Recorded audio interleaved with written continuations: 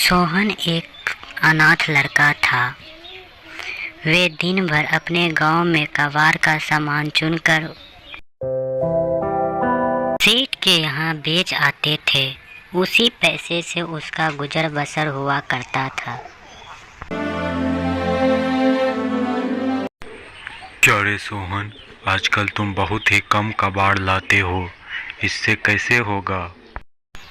वह सेठ जी, अब इस गांव में कबाड़ नहीं मिल रहा है। कृपया आप मुझे इस कबाड़ का पैसे दे दें।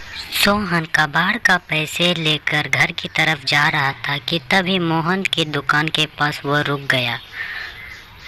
फिर वे थोड़ी देर बाद वहां से चले गए।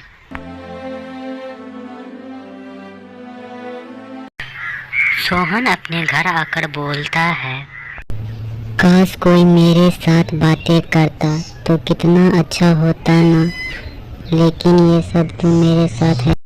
ये सब सोचकर सोहन सो गया और फिर अगली सुबह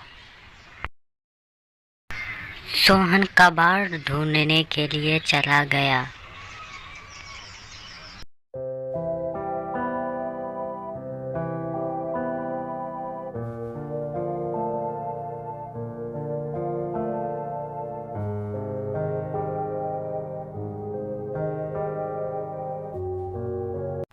लेकिन आज सोहन को कोई भी कबाड़ नहीं मिला। इसलिए सोहन एक पेड़ की छांव में जाके बैठ गया और कुछ सोचने लगा। अरे सोहन, इधर सुन तो जरा। हाँ चाचा जी, बोलिए क्या बात है। अरे सोहन, अपने गांव के बाहर वो दूर जो पहाड़ी है ना, वहाँ पर बहुत सारा कबाड़ का सामान पड़ा है, तुम वहाँ जाओ। सोहन उसकी बात सुनकर वो पहाड़ी के तरफ चला गया। सोहन के वहां पहुंचने के बाद उसे वहां कुछ नहीं मिला, लेकिन कुछ देर देखने के बाद उसे वहां बहुत सारे खाली डिब्बे मिले। उसके साथ उसे एक घड़ी मिली जो काफी पुरानी थी। अरे वाह, ये घड़ी कितनी अच्छी है ना, मैं इसे अपने साथ ले जाऊं। सेठ जी, आज मैंने ढेर सारे डब्बे लाए हैं, कृपया आप मुझे अपने पैसे दे दें। अरे सोहन, वो घड़ी नहीं बेचोगे क्या? मुझे वो घड़ी भी दे दो। नहीं सेठ जी, मैं इस घड़ी को नहीं बेचूंगा। अरे सोहन, इस घड़ी के तुम मुझसे ज़्यादा पैसे ले लेना। नहीं सेठ जी, मैं इसे नहीं बेचूंगा, मैं इसे अपने पास ही रखूंगा। ठीक है, फिर तुम्हारी इच्छा, ये लो पैसे। सोहन सेठ से पैसे लेकर फिर घर की तरफ जाने लगा और फिर मोहन की मिठाई के दुकान के पास वो फिर रुक।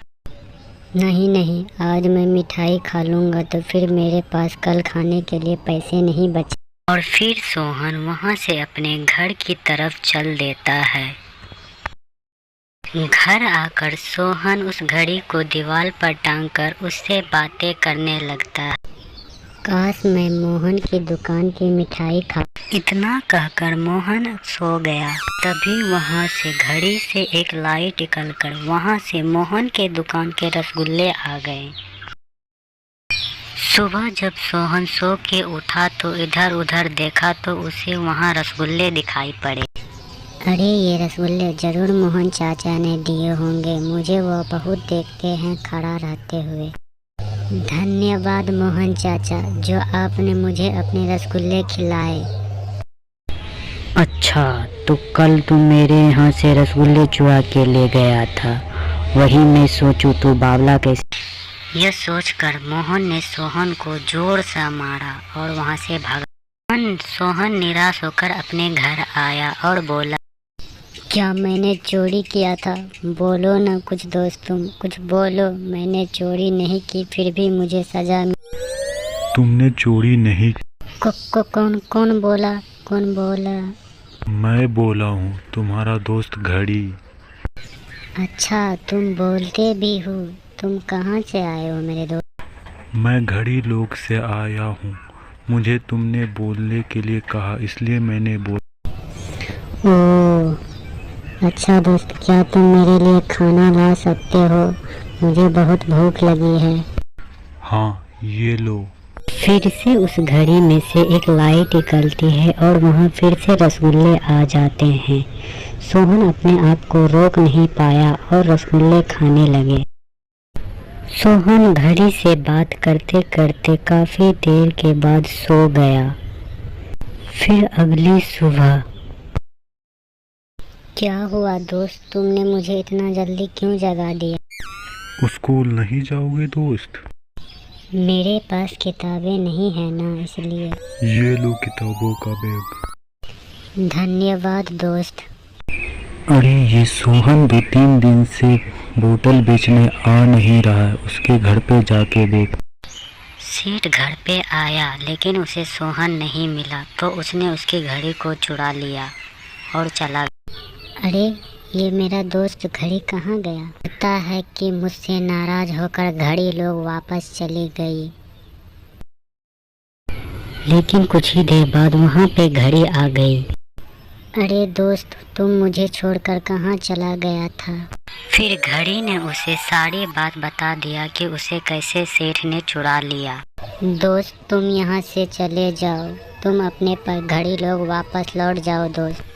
इतना सुनकर घड़ी लोग वापस चले गए और सोहन को काफ़ी सारा पैसा देते चला गया।